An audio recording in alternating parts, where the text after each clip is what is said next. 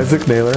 I've been in fire for about 24 seasons now, and about 16, I think, 15 doing hot shots.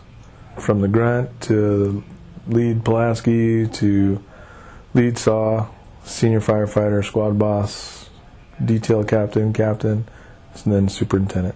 Made it through the whole arraignment there. The one that's most memorable, it was my first fire. It was in Arizona.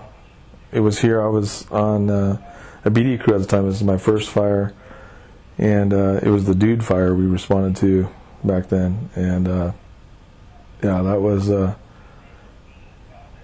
pretty. You could feel it. I mean, just emotional wise, what was going on there, and then just taking it all in. Just seeing how everybody reacted, because it was my first fire. I was like, how are these people dealing with this kind of a deal? And and it hit the community hard, I think, in a sense, that what I've seen. But a day after that, they sent us to the Coronado to the south. Some lightning fires hit down there. But yeah, that was the first memorable fire. It was just the first one right out the bat. Hey, do I want to do this or not?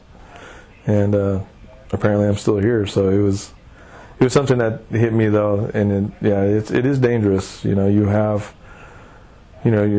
up close and personal with that fire when it's, you're trying to moderate it from that smoldering to the little flame to, when it starts to gobble up some trees, it's gaining ground, and you just got to know where you're going at all times. But yeah, dude fire was pretty memorable, and that's kind of what I remember of that. The Mogollon Rim is pretty significant geographical, feature, and it played a big part in that fire. So that's kind of what I took away from that.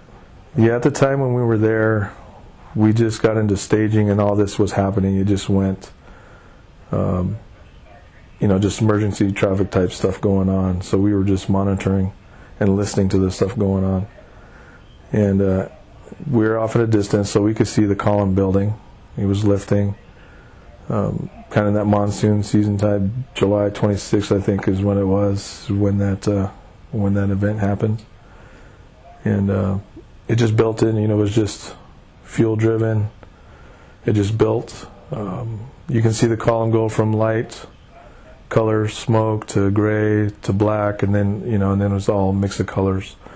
It was all going into one big column. You could see it, and then finally it anviled out, kind of like a thunderstorm. And then you can see it just dropped in all directions after that. It just went everywhere. And yeah, and that's pretty much that's all we can hear, just all this stuff. Because I remember watching, because I was just first time, just kind of just taking it on, like I said, seeing all that smoke, the smoke column itself, just watching it. And I've got to experience that in another fire. I think it was the Encebado fire. It was in New Mexico. Same effect. I remembered it, I remembered how all that developed from the very beginnings of it. The indraft, the inflow of that, as you're staring at the fire, the wind's coming in towards you, you feel it at your back, and you start to see the column lift, and then, because it was inversioned at first, and then you can just you see it clear out, because all the air was sucking into the main fire.